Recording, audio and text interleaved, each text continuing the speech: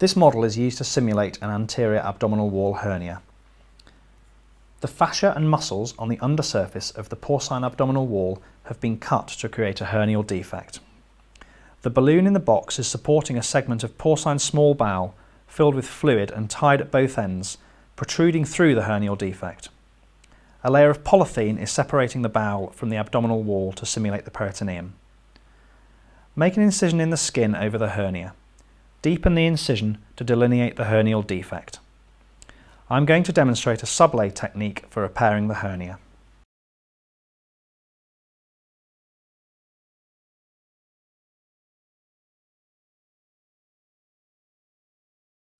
Define the margins of the hernial defect by creating a plane anterior to the fascia.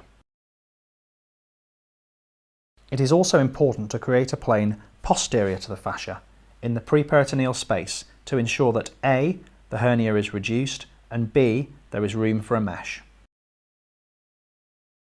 A finger sweep confirms adequate clearance both above and below the fascia.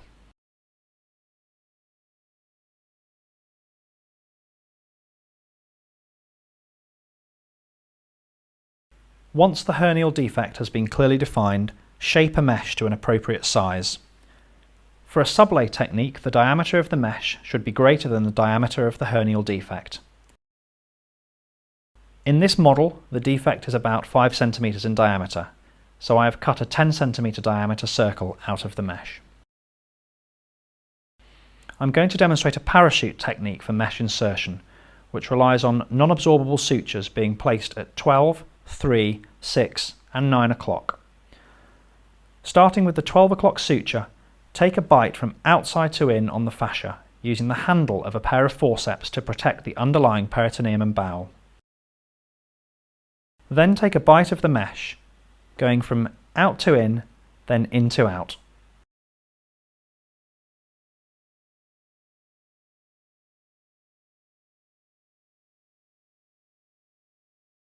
Lastly, take a bite of fascia from in to out and clip both ends of this suture to tie later.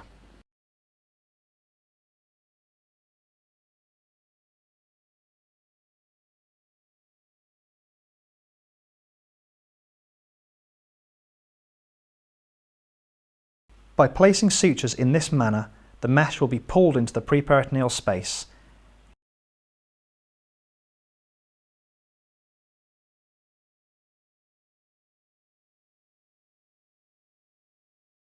Repeat these sutures at 6 o'clock, 3 o'clock and 9 o'clock.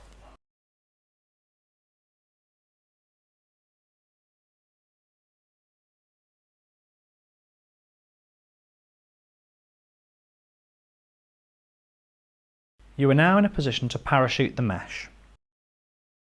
You should take the sutures at 12 and 6 o'clock, and your assistant should take the sutures at 3 and 9 o'clock.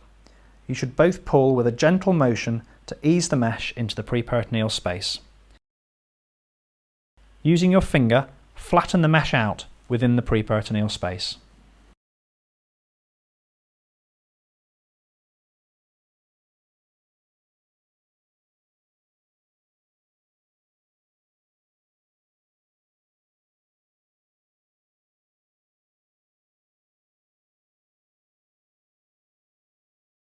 Each of these sutures should now be tied and cut.